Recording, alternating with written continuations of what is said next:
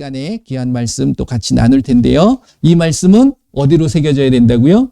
영으로 새겨져야 됩니다. 왜? 말씀이 영이기 때문이라는 거예요. 자, 이 시간에 우리가 말씀에다 손을 얹으시고 예수님, 이 시간에 귀한 하나님의 살아계신 말씀을 나눕니다. 이 말씀이 나의 영의 말씀이 되게 하여 주시옵소서. 다 같이 한번 기도합니다. 예수님 감사합니다. 이 시간에 귀한 살아계신 하나님의 말씀을 나눕니다.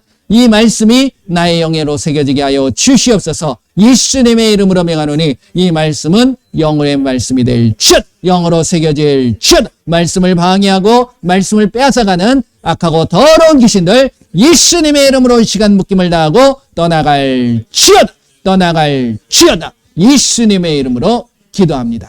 아멘. 여러분들이 그러니까 집중하지 못하도록 만들더라고요. 저도 말씀을 이렇게 읽다 보면 딴 생각 날 때도 있어요. 그러면 그 딴 생각 나게 하는 게 뭘까요? 내가 그러는 게 아니라 말씀에 집중하지 못하도록 하는 귀신의 존재라는 것을 우리가 인정해야 된다는 거예요. 그래서 예수님이 처음 오셨을 때에도 그 40일 동안 금식을 하시고 나서 공생애를 시작하는 거잖아요. 공생애를 딱 시작하시기 전에 가장 먼저 하신 게 뭐냐면 마귀를 만나는 거예요. 친히 만나시는 거예요.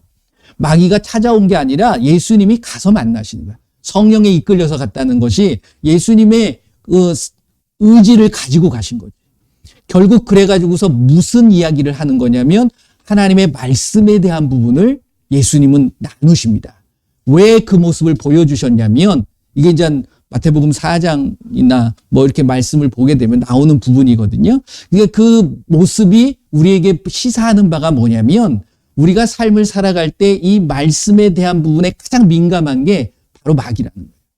그러니까 마귀는 말씀에 집중하지 못하고 말씀을 듣지 못하고 말씀을 읽지 못하도록 만드는 거예요. 요한계시록 1장 3절 말씀이 뭡니까? 이 계시록의 말씀을 읽고 듣고 지키는 자가 복이 있다라고 했거든요. 그러니까 마귀는 뭐 하지 못하게 할까요? 읽지 못하게 만드는 거예요. 듣지 못하게 만드는 거예요. 읽지 못하고 듣지 못하면 행할 수 있어요? 행하지 못하거든요. 그러니까 이러한 것들을 우리가 분명히 아셔야 됩니다. 그래서 지금 선포하는 게 그겁니다. 말씀은 나의 영으로 새겨지고 말씀을 방해하는 읽지 못하게 만들고 듣지 못하게 만드는 악하고 더러운 귀신은 떠나갈지어다. 이것을 저와 여러분들이 항상 하실 수 있으셔야지만이 이 말씀이 살아 역사하는 거죠. 그래서 그런 의미로 저희는 말씀의 7구절을 선포하는 겁니다. 그러면서 그 말씀을 한번 잘 생각을 해보세요. 그리고 그 말씀을 따라서 한번 내가 그 말씀 안에 녹아들어 가보시길 바라요. 그러면 그 말씀이 정말 놀랍습니다. 자, 한번 하나하나 한번 해볼까요? 자, 맨 먼저 마가복음 16장 15절에서 20절 말씀. 잘 모르시는 분은 보고 하셔도 됩니다. 그리고 제가 이제 인터넷을 통해서 예배 드리시는 분들은 띄워드리잖아요. 그러니까 그걸 보고서 한번 선포하시면 될 줄로 믿습니다. 우리 한번 다 같이 해보겠습니다. 또 이르시되 너희는 온 천하에 다니며 만민에게 복음을 전파하라. 믿고 침례를 받는 사람은 구원을 얻을 것이요 믿지 않는 사람은 정죄를 받으리라. 믿는 자들에겐 이러한 표적이 따르리니 곧 그들이 내 이름으로 귀신을 쫓아내며 새 방언을 말하며 뱀을 집어올리며 무슨 독을 마실지라도 해를 받지 아니하며 병든 사람에게 손을 얹은 즉 나으리라 하시더라. 주 예수께서 말씀을 마치신 후에 하늘로 올려지사 하나님 우편에 앉으시니라.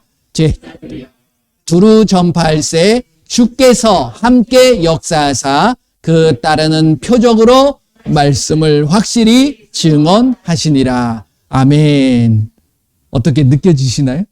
그런 것들을 느끼시네요. 그냥 애우는 게 아니에요. 그냥 뭐 줄줄줄줄 하는 게 아니라 그 말씀 한 단어 한 단어 한 글자 한 글자가 정말 살아 역사하시는 것들을 경험하실 때 그 말씀이 내 말씀이 돼요. 그랬을 때 내가 행동이 나타나요. 그 다음에 마태복음 28장 19절 20절 말씀입니다. 그러므로 너희는 가서 모든 민족을 제자로 삼아 아버지와 아들과 성령의 이름으로 침례를 베풀고 내가 너희에게 명령한 모든 것을 가르쳐 지키게 하라. 볼지어다 내가 세상 끝날까지 너희와 항상 함께 있으리라 하시니라. 아멘. 놀랍죠? 자, 그 다음에 사도행전 1장 8절 오직 성령이 너희에게 임하시면 너희가 권능을 받고 예루살렘과 온 유대와 사마리아와 땅끝까지 이르러 내 증인이 되리라 하시니라. 아멘. 자, 히브리서 4장 12절 말씀입니다. 하나님의 말씀은 살아있고 활력이 있어 좌우에 날선 어떤 검보다도 예리하여 혼과 영과 및 관절과 골수를 찔러 쪼개기까지 하며 또 마음의 생각과 뜻을 판단하나니. 아멘. 할렐루야. 에베소서 6장 17절 말씀입니다. 구원의 투구와 성령의 검 곧 하나님의 말씀을 가지라. 아멘. 예. 그다음에 마태복음 8장 16절 17절 말씀입니다. 저물매 사람들이 귀신 들린 자를 많이 데리고 예수께 오거늘 예수께서 말씀으로 귀신들을 쫓아내시고 병든 자들을 다 고치시니 이는 선지자 이사야를 통하여 하신 말씀에 우리의 연약한 것을 친히 담당하시고 병을 짊어졌다 함을 이루려 하심이더라. 아멘. 네. 자, 마지막으로 이사야서 9장 6절 말씀입니다. 이는 한 아기가 우리에게 낳고 한 아들을 우리에게 주신 바 되었는데 그의 어깨에는 정사를 메었고 그의 이름은 기묘자라 모사라 전능하신 하나님이라 영존하신 아버지라 평강의 왕이라 할 것임이라. 아멘. 할렐루야. 우리의 전능하신 하나님이 되시고 영존하신 아버지가 되시며 평강의 왕이 되시는 그 예수님이 주시는 놀라운 은혜와 평강이 저와 여러분들에게 임할 줄 믿습니다. 제가 지금 계속 말씀을 나누고 있는 부분은 이제 계시록에 대한 부분이에요. 계시록은 우리에게 두려움을 갖다 주고 무서움을 갖다 주는 것이 아니라 뭐라고 그랬습니까? 우리에게 복을 주는 거예요. 축복의 말씀입니다. 그러니까 여러분들은 계시록은 축복이라는 사실을 아셔야 돼요. 왜? 나의 믿는 자들은 앞으로 일어날 모든 일들에 대한 부분들을 아는 거예요? 모르는 거예요? 알기 때문에 뭐 할 수 있어요? 대비할 수 있고 준비할 수 있게 만들어주신 거예요. 그렇기 때문에 환난에 대한 부분에 너무 여러분들이 두려워하거나 무서워하거나 걱정하실 필요가 있다 없다? 없다. 제가 그래서 계시록의 핵심적인 부분이 뭐라고 그랬습니까? 예수님이 우리를 보호하신다. 믿는 자들은, 믿지 않는 자들은 보호하지 않아요. 그러니까 믿는 자들에게는 보호함이 있다라는 사실을 예수님이 말씀하신 거예요. 계시록 1장 1절의 말씀이 뭡니까? 잔자의 계시록의 말씀을 나눌 테니까 계시록의 말씀을 한번 보세요.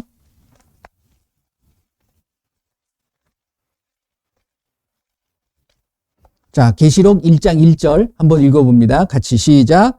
예수 그리스도의 계시라 이는 하나님이 그에게 주사 반드시 속히 일어날 일들을 그 종들에게 보이시려고 그의 천사를 그 종 요한에게 보내어 알게 하신 것이라. 아멘. 자, 요한에게만 알게 하려고 했던 거예요, 처음에는. 그런데 그것을 요한이 씀으로 인해서 요한만 알고 있는 것이 아니라 나중에 보게 되면 이걸 이제 봉하고 있다가 이제 알리라라고 말씀하십니다. 그래서 알려준 거예요. 그러니까 요한의 시대 때는 솔직히 이 부분을 대해서 굉장히 어렵습니다. 왜 그러냐면 요한계시록은 여기 보게 되면 반드시 속히 일어날 일, 미래에 대한 일, 장래에 대한 일이기 때문에 그 시대에 그 일이 일어난 거야, 안 일어난 거야? 안 일어났기 때문에 이 사람들은 모르는 거야. 그런데 그 일들이 지금 언제 일어나고 지금 일어나고 있기 때문에 아, 이게 그때 말했던 계시가 지금 이루어지는구나. 그렇기 때문에 여러분들과 제가 뭐 하다는 거예요? 복이라는 거예요. 그때에는 앞으로 일어날 일들이잖아요. 그렇기 때문에 알지 못해요. 그리고 정말 그럴까라고 생각하지만 이게 우리 앞에서 지금 일어나고 있는 부분이거든요. 그런데 이게 이제 어떤 어려움이나 환난에 대한 부분들도 나오니까 우리가 두려워할 수 있는데 그러한 부분들을 보면서 여러분들은 두려움을 느끼는 것이 아니라 뭘 느끼셔야 돼요? 아, 예수님이 이러한 것을 통해서 나를 뭐 하신다? 보호하신다. 제가 이 예로 뭘 들었습니까? 구약에 이스라엘 백성들이 애굽으로 잡혀갔을 때, 이집트에 잡혀갔을 때에 모세를 통해서 애굽에서 탈출하게 만들었을 때 마지막으로 그 바로가 계속 강팍해져 가지고서 못 나가게 했잖아요. 그랬을 때 그 이집트 땅에 내렸던 몇 가지의 재앙? 10가지의 재앙이 있어요. 그런데 이 말이 재앙이 아니라 이스라엘 백성들, 믿는 유대인들에겐, 그들에게는 재앙이 아니고 뭡니까? 축복이에요. 할렐루야? 그렇잖아요. 이스라엘 백성들에게는 하나도 안 내려요.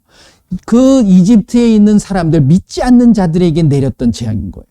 그러니까 계시록의 말씀도 마찬가지라는 거죠. 믿는 자들에게는 환난이 아니라 축복의 말씀이라는 거예요. 그래서 그 비밀들을 내가 분명히 알아야 된다.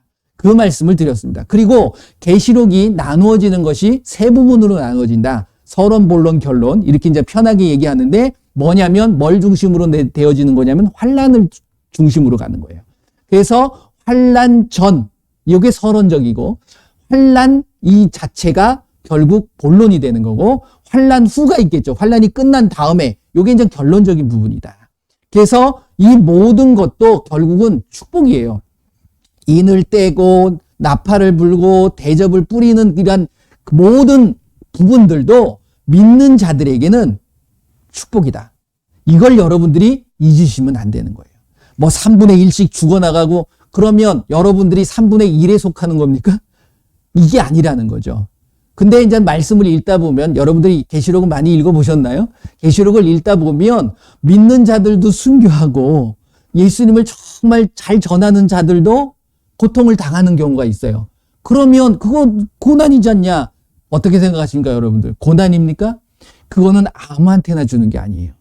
정말 그러한 모든 것들을 이길 수 있는 자들, 그러니까 구원받을 수 있는 그 믿음한테는 하나님, 예수님께서 이러한 것들을 주지 않습니다. 우리가 계시록 말씀뿐만이 아니라 모든 성경의 말씀을 읽게 되면 환난이나 고난을 누구한테 줍니까? 다 이길 수 있도록, 우리가 견딜 수 있도록 할 수 있는 믿음의 성장한 자들한테 허락하는 거지. 예수님의 12 제자들이 믿음이 없었을까요? 확고했을까요? 처음에 예수님과 함께 있을 때는 그거는 죄송합니다. 조금 영 쓸모없는 믿음이었어. 그렇잖아요. 뭐 체험도 못했고 그냥 같이 붙어 있어가지고 뭔가 한 자리 하려고 했던 그러한 생각만 가득 찼거든요. 근데 예수님이 떠나시고 나서 그들이 뭘 받죠? 성령을 받아요. 성령을 받고 나서는 180도 바뀝니다. 완전히. 그래서 그 제자들이 어떠한 삶을 삽니까? 다 순교해요. 누굴 위해서? 예수님을 위해서. 그런 자들만이 하나님께서 특별히 뭐 두 증인도 나오고 그때에 정말 예수님을 위해서 헌신했을 때 목배임도 당하고 감옥에도 갇히는 그러한 자들은 어떻게 보면 하나님께서 선택하시는 자들일 수 있어요. 그런데 그 선택받은 자가 복이 있을까요? 없을까요? 네, 여러분들 복이 있는 겁니다. 내가 생각할 때 무섭지만 정말 그 자리에 섰을 때는 놀라운 축복이 임하는 거예요. 그럴 수 있는 담대한 믿음과 어떤 마음의 단단함을 예수님께서 허락하시는 거예요. 여러분들 잘 알고 계시는 것처럼 사도행전 7장에 누가 나옵니까? 스데반 나오죠. 스데반이 나왔을 때 돌에 맞아 죽는 게 그 쉬운 게 아닙니다. 그렇잖아요. 돌에 맞아 보신 적 있어요? 돌에 맞으면 그게 죽을 때까지 돌로 맞아서 죽는다? 얼마나 아프겠어요. 그런데 스데반의 모습을 보게 되면 그 아픈 모습이 아니에요. 예수님께서 함께하고 계시고 그 얼굴에 미소가 가득하고 그 돌을 던지면서 얼마나 사람들이 소름이 끼쳤을까 하는 생각도 들어요. 저게 돌 맞으면서 웃어? 저게 미쳤나? 그럴 수 있지 않아요? 그 자리에 누가 있었죠? 바울이 있었어요. 그러니까 바울 되기 전 사울이. 그게 마음에 맺혔을 수 있었을 겁니다. 그랬을 때 다메섹 도상에서 예수님을 만났을 때 그가 예수님에 대해서 완전히 꼬꾸라질 수 있는 것. 이게 여러분들 모두에게 임하실 줄 믿습니다. 이 계시록은 다시 한번 힘주어 말씀드립니다. 축복입니다. 환난이라고 생각하는 자들은 믿지 못하는 자들이에요. 근데 예수님을 믿는 자들에겐 그 환난들이 결코 무서운 게 아니라 예수님께서 이제 천국을 이루어 가시기 위한 과정이구나. 그렇잖아요.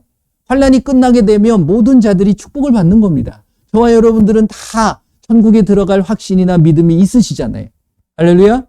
예. 근데 자꾸만 두려움이 온다는 건 그 확신이 없다는 거예요. 결국 그렇지 않아요? 그러니까 그러한 부분들을 여러분이 잘 아셔야 되고, 제가 계시록의 말씀들을 다 일일이 말씀을 드리고 그걸 설명해 드리려고 하지는 않아요. 제가 맨 처음에 말씀드린 것처럼 계시록은 모든 말씀도 마찬가지입니다. 여러분들이 읽으시면서 누가 깨닫게 해주시는 거예요? 성령님께서. 예수님께서 깨닫게 해주시는 부분들이 가장 소중한 겁니다. 단 저는 그걸 가이드라인만 좀 말씀을 드리면 훨씬 더 편하실 수 있기 때문에 그 부분을 말씀을 드리는 거예요. 그러니까 그런 부분들 혹시 또 하다가 제가 좀 설명드릴 수 있는 부분들이 나오면 제가 또 말씀을 드리도록 하겠습니다. 그래서 오늘은 서론적인 부분을 좀 말씀을 드릴게요.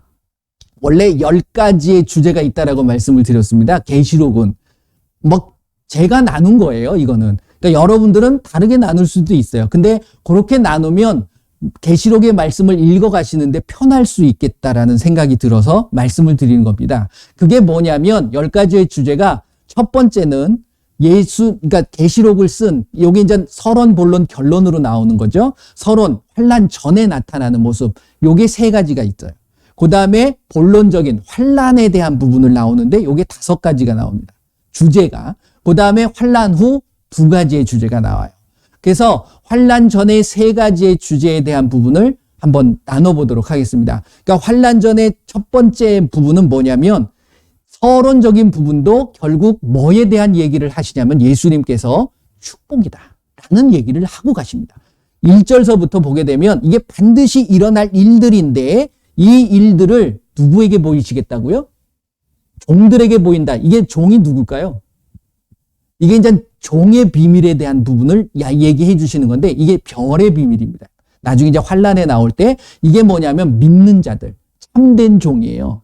그러니까 예수님을 잘 믿는 자들에겐 뭘 보여주시겠다? 앞으로 일어날 일에 대한 모든 것들을 알려주시겠다. 그거를 대표적으로 누구한테 보여주신 거예요? 요한한테 보여준 거예요. 그러니까 이 계시록의 말씀을 읽는 자도 정말 예수님을 신실하게 믿는 자들은 이게 해석하고 하지 않아도 다 깨닫게 돼 있어요. 할렐루야. 그러한 복이 임할 줄 믿습니다. 그리고 3절에 뭐라고 돼 있죠? 이 예언의 말씀을 읽는 자와 듣는 자와 그 가운데 기록한 것을 지키는 자는 뭐가 있다? 복이 있다. 할렐루야. 그러니까 이 계시록의 말씀을 많이 읽으세요. 그리고 많이 들으세요. 그리고 지키세요. 여기서 지켜야 될 것들이 많이 나옵니다. 그러니까 계시록의 말씀을 보게 되면 자기 두루마기를 빨아야 되고 내가 옳은 일을 해야 되고 이런 말씀들을 많이 하잖아요. 그러니까 그런 것들을 내가 지켜가면 예수님께서 뭘 주시겠다? 복을 주시겠다라고 애초에 처음부터 이제 복에 대한 개념을 얘기를 하고 계신 거예요. 그러니까 우리가 환란에 자꾸만 생각을 깊게 하고 그것에 자꾸만 빠져버리게 되면 뭘 잃어버립니까? 복을 잃어버리는 거예요.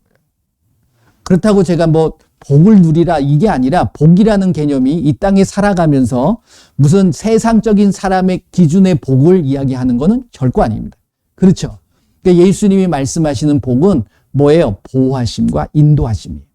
그러니까 여러분들이 이것을 어떤 목사님은 이렇게 되겠는데 제가 동의해요. 뭐냐면 계시록의 말씀 1장부터 22장의 말씀만을 내가 제대로 지키고 깨달으면 성경 65권의 모든 말씀들이 다 풀어집니다.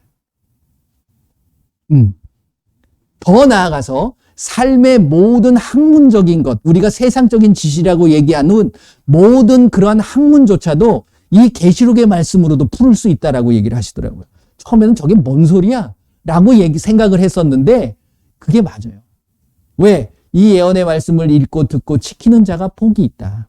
복이 있는 자들이 뭔가를 이해하지 못하고 깨닫지 못하는 것은 있을 수 없는 거잖아요. 그래서 계시록의 말씀을 잘 연구하다 보면 여기에 천문학도 나오고요. 과학도 나오고요. 물리도 나오고요. 생물도 나오고요. 화학도 나오고 다 나와요. 다. 저는 그걸 계시록을 읽으면서 이야 그렇구나.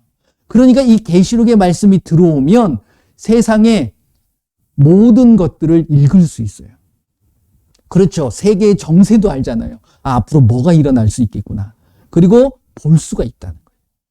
그러니까 이 계시록의 말씀을 읽으면 뭐가 된다고요? 복이 된다. 이걸 여러분들이 잊으셔는 안 돼요. 그래서 1장 1절과 2절, 3절의 말씀에서 딱 못 받고 시작하시는 거야.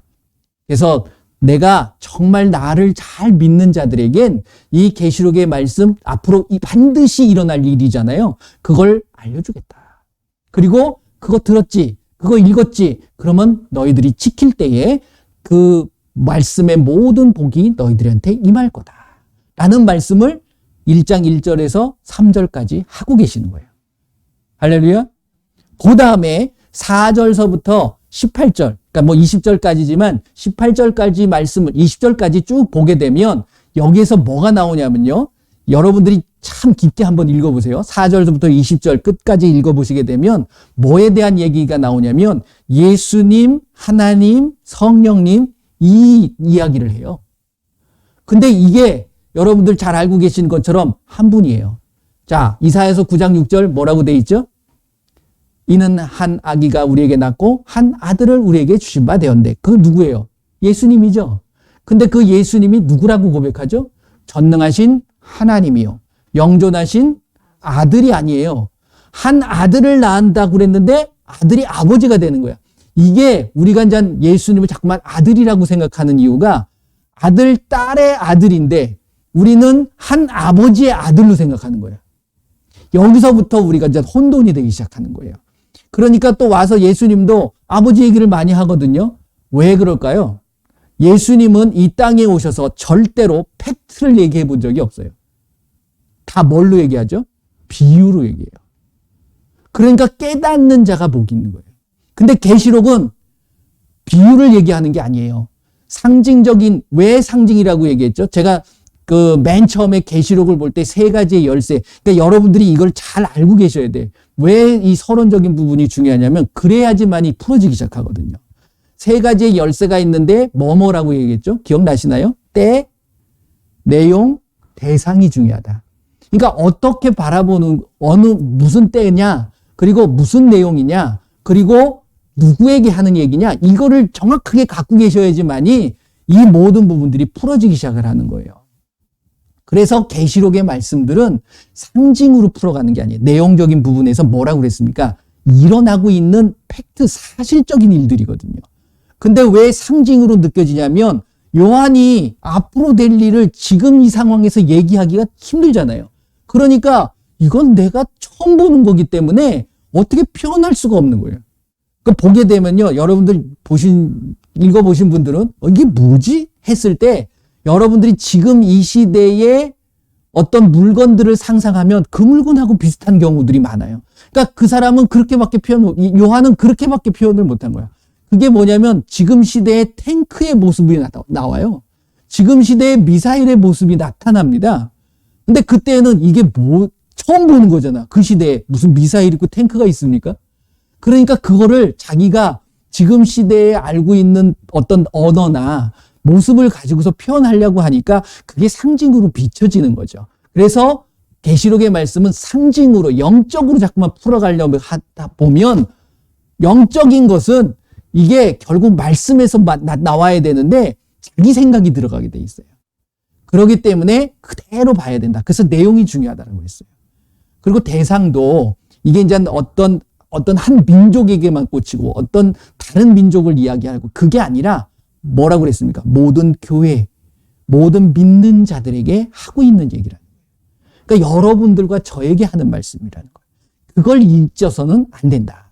라는 말씀을 드리는 겁니다. 그래서 4장에, 그러니까 1장 4절에서 20절의 말씀을 보게 되면 누구에 대한 얘기가 나온다고요? 예수님, 하나님, 성령님에 대한 얘기인데 이분이 누구라는 거예요? 한 분이라는 거예요. 그걸 다시 한번 강조합니다. 그래서 나 예수가 곧 하나님이 되시고 그 하나님이 끌어가고 있는 인류의 어떤 계획하심을 이렇게 풀어갈 거니까 너희들이 알아라. 그래서 19절에 뭐가 나옵니까? 구조라고 그랬죠? 계시록의 구조에 대한 부분을 말씀을 드렸어요. 뭐예요? 이전에 있었던 것과 지금 보는 것과 그리고 앞으로 일어날 장래에 장차 일어날 될 일에 대한 부분을 내가 이야기할 거다. 그 부분을 얘기하는 거예요. 그 다음에 20절의 말씀을 보게 되면 자, 계시록 1장 20절 말씀 한번 보세요. 자, 같이 읽어봅니다. 내가 본 것은 내 오른손에 7별의 비밀과 또 7 금 촛대라. 일곱 별은 일곱 교회의 사자요 일곱 촛대는 일곱 교회니라. 아멘.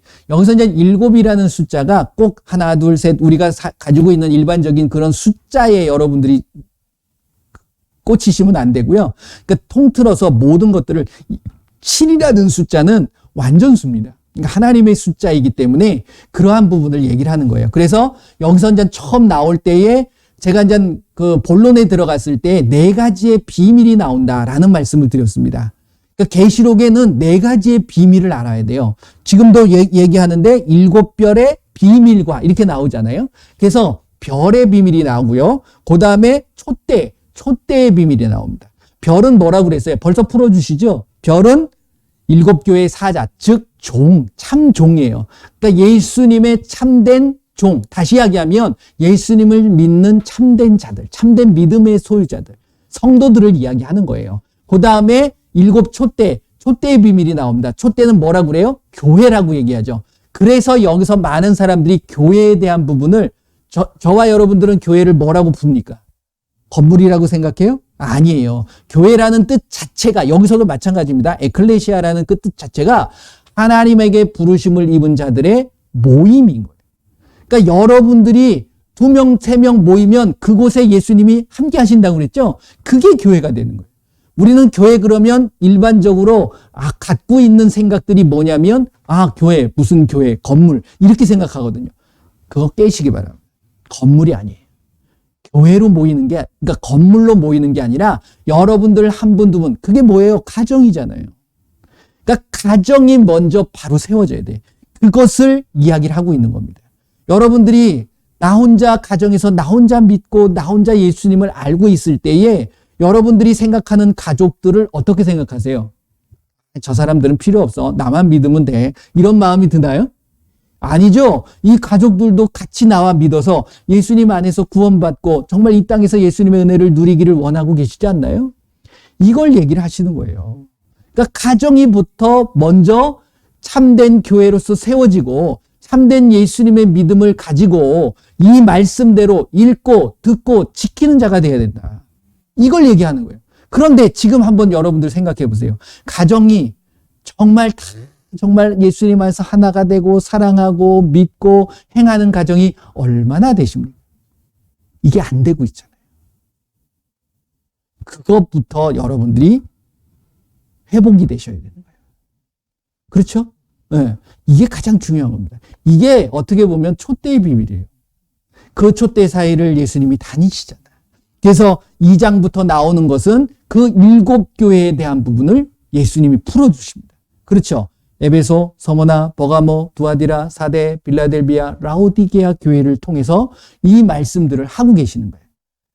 자, 요거는 제가 한번 되는 데까지 한번 해볼게요. 그래서 뭐 말씀들을 쭉 제가 다 읽으면서 할 필요는 없지만, 근데 재밌는 건 그 교회들마다 나타나시는 예수님의 모습이 조금씩 달라요. 그렇죠? 왜 교회들마다 다를까? 그런 의미들은 교회가 이 어떤 생각하고 있는 어떤 사람들의 믿는 자들의 성향도 분명히 있습니다. 그러니까 믿는 사람들이 똑같이 믿나요? 똑같은 사급을 받나요? 그건 아니라는 거예요. 그래서 이 7교회를 통해서 이건 전 계시록의 첫 번째 서론적인 부분에 대해서는 제가 이제 1장을 통해서만 말씀을 드렸는데 2장 여기 넘어가기 전에 한 가지만 더 볼게요. 계시록 17장 말씀을 한번 보세요. 아까 지금 계시록 1장 20절 말씀에는 별의 비밀과 촛대의 비밀에 대한 얘기를 했어요. 그런데 비밀이 두 가지가 더 있어요. 네 가지의 비밀이 나옵니다. 그게 뭐냐면, 자, 17장, 요한계시록 17장 5절에서 7절 말씀. 뭐, 처음부터 읽으셔도 됩니다. 근데 이제 5절서부터 7절을 보시게 되면, 자, 한번 읽어볼게요. 시작. 그의 이마에 이름이 기록되었으니 비밀이라, 큰 바벨론이라, 땅의 음녀들과 가증한 것들의 엄이라 하였더라. 또 내가 보매 이 여자가 성도들의 피와 예수의 증인들의 피에 취한지라. 내가 그 여자를 보고 놀랍게 여기고 크게 놀랍게 여기니, 천사가 이르되 왜 놀랍게 여기느냐? 내가 여자와 그가 탄 7머리와 10뿔 가진 짐승의 비밀을 내게 이르리라. 아멘. 자, 자, 여기 17장을 보게 되면 요 두 가지의 나머지 별과 촛대의 비밀 외에 두 가지의 비밀이 나와요. 무슨 비밀이 나오죠?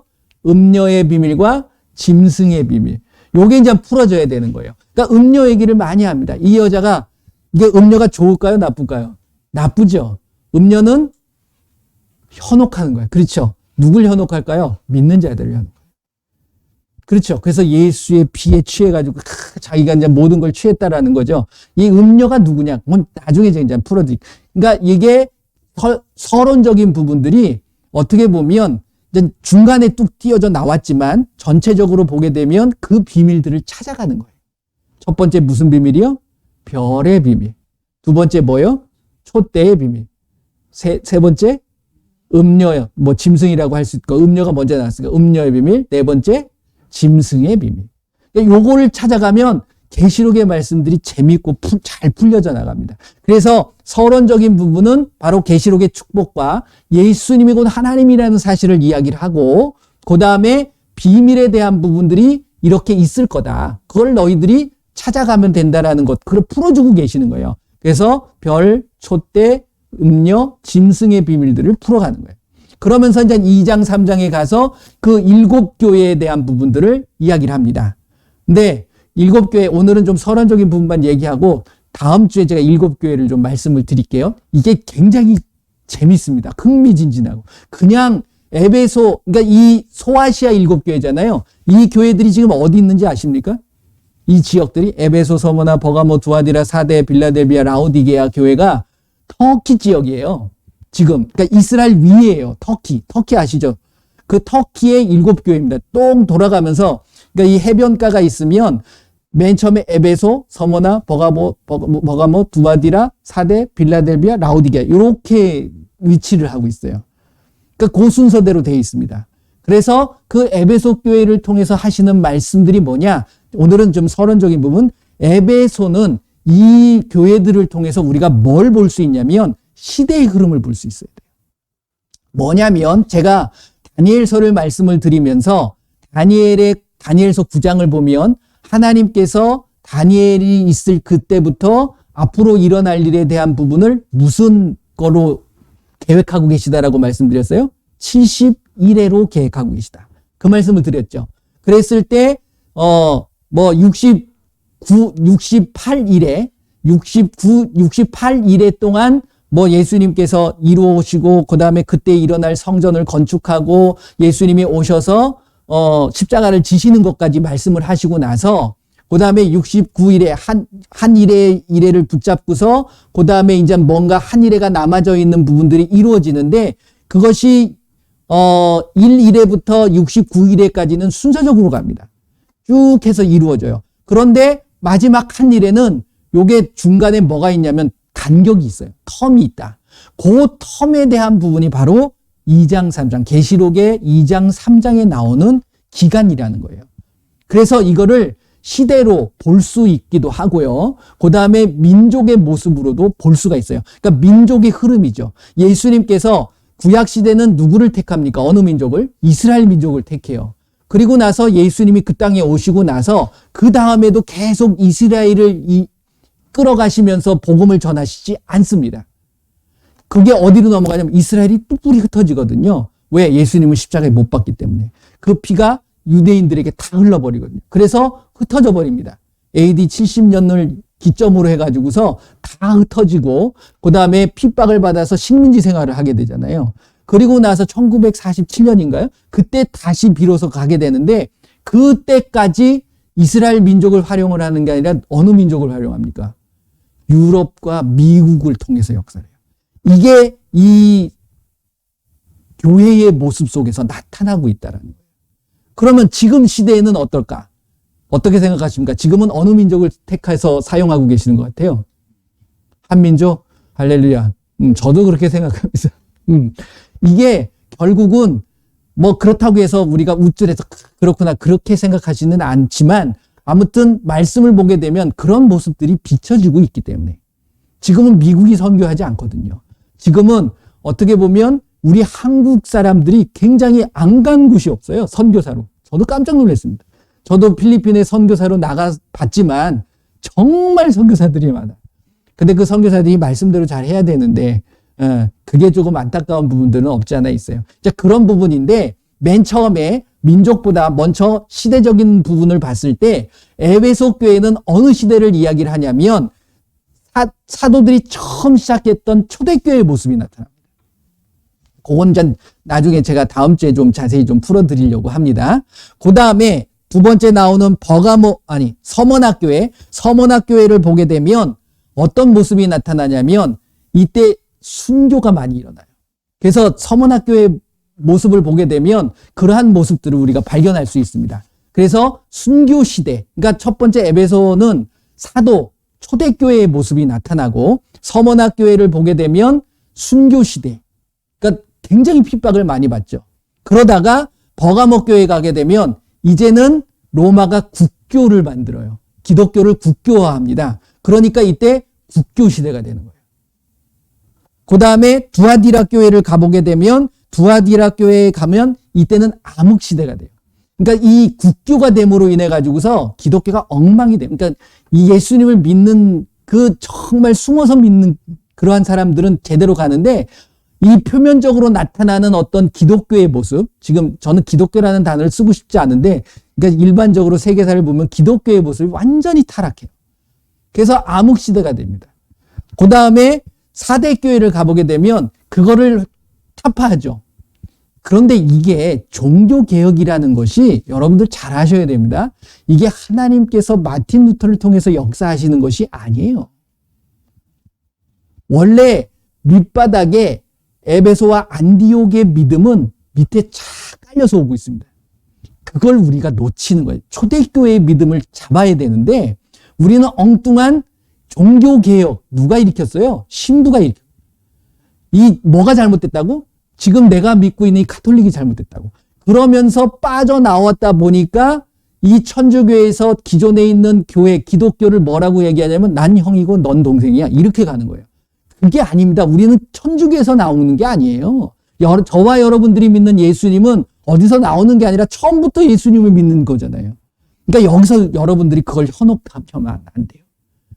이 종교개혁이 하나님이 원하시는 게 아니라 이것도 가만히 여러분들이 보게 되면 마귀가 현혹하기 위한 일환이라는 것을 여러분들이 아셔야 돼요. 그러니까 우리는 근데 여러분들 천주교 어떻게 바라봐요? 일반적인 교회에서 천주교 나쁘게 봅니까? 아니에요. 그러다 보니까 지금 뭐가 생기냐면 WCC, NCCK, WEA 이게 뭐예요? 종교는 하나가 될 수 있다. 너도 인정하고 나도 인정해줘라. 종교 다원주의가 생기기 시작하는 거예요. 근데 여러분들 잘 아시는지 모르겠어요. WCC나 뭐 이런 거에 카톨릭이 들어가 있지 않습니다. 그들은 뒤에서 조종하고 있는 거예요. 한번 보세요. 다 이상한 우리 교회들, 기독교에 있는 어떤 교단들이 들어가 있고, 그 다음에 불교, 그 다음에 러시아 정교회, 이게 다 천주교에서 온 흐름이거든요. 그 다음에 무속신앙들, 이런 것들, 천도교, 이런 것들이 다 들어가 있는 거예요. 그러고서 서로 인정해줘라. 그리고 뭐라 그래요? 그래, 너희들도 구원받을 수 있어. 그래요? 이렇게 만들어가는 거지. 그러니까 이 종교개혁, 그 내용에 대한 부분도 나오지만 여러분들이 그 속에서 현혹당하면 안 된다. 이 사대교회의 모습이 그렇습니다. 그 다음에 빌라델비아 교회는 이 계시록의 말씀을 읽다 보면 다 혼나요. 예수님한테. 근데 빌라델비아 교회는 안 혼나. 왜 안 혼날까요? 복음을 위해서 선교죠. 일종 복음을 전하는 모습이 나타납니다. 그러니까 그러한 모습으로 살 때에 하나님 복음을 전하는데 왜 혼날 필요가 있어요? 그런데 이것도 지금 이 시대가 아니라 바로 그 다음 라오디게아 교회가 바로 이 시대가 나타나고, 라오디게아라는 뜻이 뭔지 아십니까? 여러분들 한번 나중에 가서 라오디게아 어원을 한번 찾아보세요. 그것이 민주주의라는 뜻이에요. 그 안에. 그러니까 백성들의 정의, 백성의 공의 뭐 이런 뜻입니다. 그러니까 백성이 나타나는, 그렇기 때문에 민중의 정의들을 나타내는, 그래서 민주주의가 라오디게아 교회. 지금 시대가 민주주의 시대입니까? 어떤 시대입니까? 민주주의 시대잖아요. 공산주의도 있지만 민주주의 시대거든요.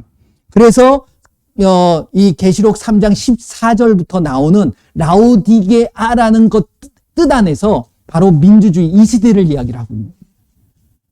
그 다음에 15절 16절 말씀을 보게 되면 한번 볼까요? 잠깐만 한번 살펴보면 제가 여기까지만 말씀드리고 자 15절 16절 같이 읽어봅니다. 내가 내 행위를 아노니 내가 차지도 아니하고 뜨겁지도 아니하도다. 내가 차든지 뜨겁든지 하기를 원하노라. 내가 이같이 미지근하여 뜨겁지도 아니하고 차지도 아니하니 내 입에서 너를 토하여 버리리라. 이게 무슨 뜻입니까? 결국 이 라오디게아 교회를 통해서 결국 무엇을 이야기를 하고 있냐면 종교다원주의, 미지근한 신앙생활이 돼버린 거예요. 이것도 좋고 저것도 좋고. 그런데 왜 그러냐면 이 라오디게아 위에 그러니까 라오디게가 있으면 약간 사선으로 북서쪽이죠. 한 6.5km 정도 위에 뭐가 있냐면 유명한 온천이 있습니다. 히에라볼리라고 온천이 있어요. 그 온천은 뜨거워요? 차가워요? 뜨겁죠. 그 뜨거운 물이 어디로 흐르냐면 이 라오디게아로 흘러요. 그러니까 두 가지 흘러오는데 라오디게아 오면 강물이 두 가지가 이렇게 합쳐집니다. 그러니까 뜨거운 물이 라오디게아 지역으로 오게 되면 물이 뜨거웠던 물이 어떻게 될까요? 미지근해져 버립니다. 그러니까 이 시대 그 상황에 대한 부분도 말씀을 하고 있는데 이것이 결국 이 시대의 종교다원주의, 종교에 대한 것들이 희미해져 버리는 그러한 모습을 보여주고 있는 겁니다. 이게. 라오디게아가 어디에 붙어 있냐면 여러분들 골로새는 많이 들어보셨죠? 골로새서도 있잖아요. 골로새 바로 위가 라오디게아예요. 뭐 이러면 잘 모르시겠지만 아무튼 그렇다는 것을 여러분들이 생각하시면 되고 그래서 이 이야기를 하고 있고 이게 세속주의에 대한 라오디게아라는 뜻 자체가 뭐라고요? 민족. 그 다음에 요 말씀에 세속주의가 아니라 종교다원주의. 그 다음에 18절 19절 얘기하면 읽어보면 아니 17절이죠. 17절 18절 말씀 보면 이렇게 얘기합니다. 내가 말하기를 나는 부자라 부유하여 부족한 것이 없다 하나 내 곤고한 것과 가련한 것과 가난한 것과 눈먼 것과 벌거벗은 것을 알지 못하도다. 어디 안에서? 믿음 안에서라는 거예요. 그 다음에 무릇 내가 너를 권하노니 내게서 불로 연단한 금을 사서 부요하게 하고 흰옷을 사서 입어 벌거벗은 수치를 보이지 않게 하고 안약을 사서 눈에 발라 보게 하라. 이렇게 얘기를 하고 계시는 모습 속에서 뭘 볼 수 있냐면 교회 안에 우리가 믿는 예수님을 믿는 그 안에 정말 세속적인 것들이 다 들어와 버린 거예요. 그렇죠. 다 인정해요. 이제는. 뭘 위해서? 복음을 위해서. 과연 그럴까요? 복음은 그렇게 어렵고 복잡한 것이 아닙니다. 단순한 거예요. 뭐죠? 사랑이. 근데 그거 없이 그냥 다 수용해버리면 안 되죠. 여러분들이 정말 기도해야 될 문제라고 생각을 합니다. 그래서 어떤 지금의 일반적인 교회들을 뭐라고 이야기하는 것은 아니에요. 우리가 그런 걸 판단할 수 있는 그런 지위도 되지 않을 뿐더러 그것은 예수님이 하셔야 되는 부분이니까. 하지만 이 말씀들이 이루어져 가고 있음에 대한 부분들을 우리가 명확히 하셔야 돼요. 그러면서 마지막으로 뭘 얘기를 합니까? 그렇기 때문에 우리가 저와 여러분들이 어떻게 해야 돼요? 19절 20절 보게 되면 물은 내가 사랑하는 자를 책망하여 징계하느니 그러므로 내가 열심을 내라. 회개하라. 회개해야 돼요. 이 시대가 회개하는 시대입니다. 그 다음에 20절 볼지어다 내가 문 밖에서 두드리노니 누구든지 내 음성을 듣고 문을 열면 내가 그에게로 들어가 그와 더불어 먹고 그는 나와 더불어 먹으리라. 이러한 삶을 살지 않으면 우리는 결코 내 믿음을 지킬 수 없다라는 사실을 이야기를 하고 있다는 겁니다. 다시 한번 정리합니다. 에베소 교회는 무슨 시대라고요? 초대교회. 초대교회의 모습이에요. 그 다음에 서머나 교회는 순교 시대. 제가 이제 다음 주에 한번 쭉 읽으면서 좀 말씀을 나눌게요. 그 다음에 버가모. 국교가 되는 거예요. 이제 나중에 읽어보면 그런 모습이 나타납니다. 그 시대, 솔직히 요한 시대 때는 그게 안 이루어진 거거든요. 근데 그게 이루어지는 거야. 그 다음에 사대 교회는 종교 개혁의 모습이 나타나요. 그 다음에 빌라델비아는 복음을 전하는. 그 다음에 라오디게아는 이 시대를 얘기하고 있어요. 그러니까 지금 시대는 라오디게아 시대예요. 그러니까 라오디게아 교회를 잘 이해해야지만이 그게 마지막이잖아요. 그러고서 4장으로 넘어가거든요. 그게 뭐냐면 이제 예배의 회복이 돼야 되는 모습을 보여주고 있는 거예요. 할렐루야. 네, 그러니까 여러분들이 이제 말씀을 쭉 계시록을 많이 읽어보세요. 많이 읽어보시게 되면 제가 말씀드린 것이 다 맞다라는 건 아닙니다. 그러니까 제가 깨닫게 해주셨던 부분들을 말씀을 드리는 거고, 또 여러분들이 읽다 보면 또 예수님께서 깨닫게 해주시는 분이 분명히 있을 거예요. 더 놀라운 진리들을 깨달을 수 있습니다. 예. 그래서 계시록의 말씀을 읽고 듣고 지키고 행하는 자들이 복을 주시는 그 복이 저와 여러분들에게 임할 줄 믿습니다. 할렐루야. 예, 이 시간 잠시 같이 기도하도록 하겠습니다. 우리가 살아가는 이 시대에 민주주의, 이것은 어떻게 보면 예수님을 믿는 건 민주주의가 아니에요. 그렇죠? 무슨 주의입니까? 신본주의가 돼야 되는 거죠. 어떻게 보면 예수님이 하라는 대로 우리는 해야 돼. 그게 어떻게 보면 우리가 생각할 때 너무 강제 아니야? 너무 불공정한 거 아니야? 이렇게 생각할 수 있어요. 하지만 그거 아니에요. 그러려면 뭐 예수님 뭐사로 믿습니까? 그러니까 그러한 부분들이 우리가 깨져야 되는 부분이죠. 그리고 두 번째, 종교다원주의. 이 시대를 살아가면서 내가 미지근한 믿음의 모습을 보이면 안 돼요. 그 다음에 세속주의. 이게 로마서 12장 1절 2절에 나오는 말씀. 이 시대를 본받지 말고 마음을 새롭게 함으로 변화를 받아 하나님의 선하시고 기뻐하시고 온전하신 뜻이 무엇인지 분별할 수 있는 우리의 모습이 되어야 될 줄로 믿습니다. 같이 기도하겠습니다. 예수님 감사합니다. 귀한 하나님의 말씀을 통하여서 내가 이 시대를 분별하게 하여 주시고 이 시대를 바로 바라보게 하여 주시고 내가 어떠한 믿음을 가지고 어떠한 신앙의 생활을 살아가야 될 것인가에 대한 부분들을 깨닫게 하여 주시옵소서. 계시록의 말씀을 읽고 듣고 지키는 자가 복이 있다 말씀하셨사오니 그 말씀대로 행하는 모든 자들이 되게 하여 주시옵소서. 예수님의 이름으로 기도합니다. 아멘. 자, 이 시대가 아니라 오늘 또 같이 혹시 내 주변에 아픈 자들 또 문제가 있는 자들을 위해서 함께 기도하도록 하겠습니다. 이것은 예수님이 우리에게 명령하신 거예요. 그렇기 때문에 하는 겁니다.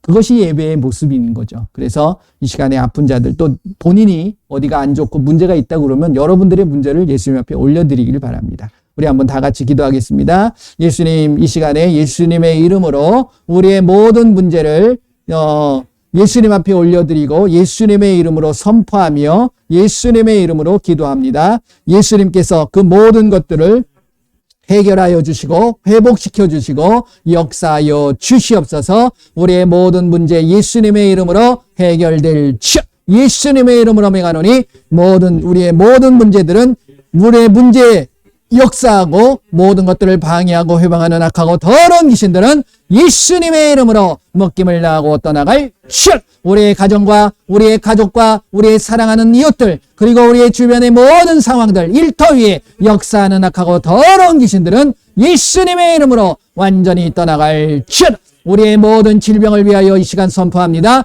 예수님의 이름으로 이 시간 머리부터 발끝까지 모든 질병과 연약함들 예수님의 이름으로 깨끗하게 치료되게 하여 주시옵소서. 예수님의 이름으로 명하노니 이 시간 머리부터 발끝까지 모든 장기와 모든 뼈와 인대와 금줄과 심줄과 모든 세포 하나하나까지 정상으로 회복될 모든 통증은 사라질 모든 암과 염증과 혹은 사라질 예수님의 이름으로 코로나 바이러스는 다시는 들어오지 말 어떠한 독을 마실지라도 해를 받지 않고 강건해질 수 있도록 예수님 붙잡아 주시옵소서. 모든 영광 예수님 받아 주시옵소서. 예수님의 이름으로 기도드립니다. 아멘. 할렐루야. 예, 감사합니다. 여러분들 한번 기도하시고 또 한번 점검해 보시길 바랍니다. 눈을 위해서 기도하고 또 몸을 위해서 기도하셨으면 한번 움직여 보세요. 기지개를 한번 펴보시고 아프셨던 곳 어떠신가? 예수님께서 분명히 만져주시고 치료하여 주신 줄 믿습니다. 예, 할렐루야. 모든 영광 예수님 앞에 올려드립니다. 기도하겠습니다. 예수님 감사합니다. 우리가 예수님과 늘 함께하고 그 예수님께서 우리를 인도하여 주시고 지켜주시고 불꽃 같은 눈동자로 우리를 살펴봐 주심을 감사를 드립니다. 내가 어디에 가든지 무엇을 하든지 늘 예수님과 끊어지지 않게 하시고 예수님 안에서 우리의 삶이 풍성하게 이루어지는 놀라운 축복을 누리며 살아가게 하여 주시옵소서. 이 세대를 본받지 말고 마음을 새롭게 함으로 변화를 받아 오직 예수님만을 바라보며 예수님이 우리에게 말씀하고 계시는 그 선한 뜻, 그리고 기뻐하시는 뜻, 온전하신 뜻들을 바로 알아갈 수 있게 하여 주시옵소서. 내가 가는 그곳에 예수님의 사랑이 전하여지게 하시고 예수님의 복음이 전하여지게 하시고 이 시대에 내가 어떻게 신앙생활을 해야 될 것인가, 그리고 이 시대의 소금과 빛의 역할을 잘하고 있는가를 살펴볼 수 있게 하여 주시옵소서. 한 주간 동안의 삶도 예수님 앞에 맡겨드립니다. 예수님께서 지켜주시고 함께하여 주시옵소서. 모든 영광 예수님 받아 주시옵소서.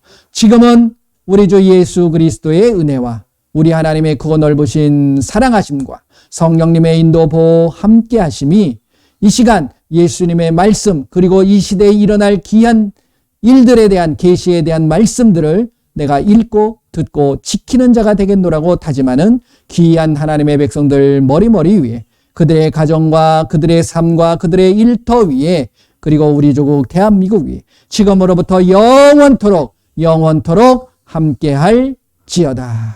아멘.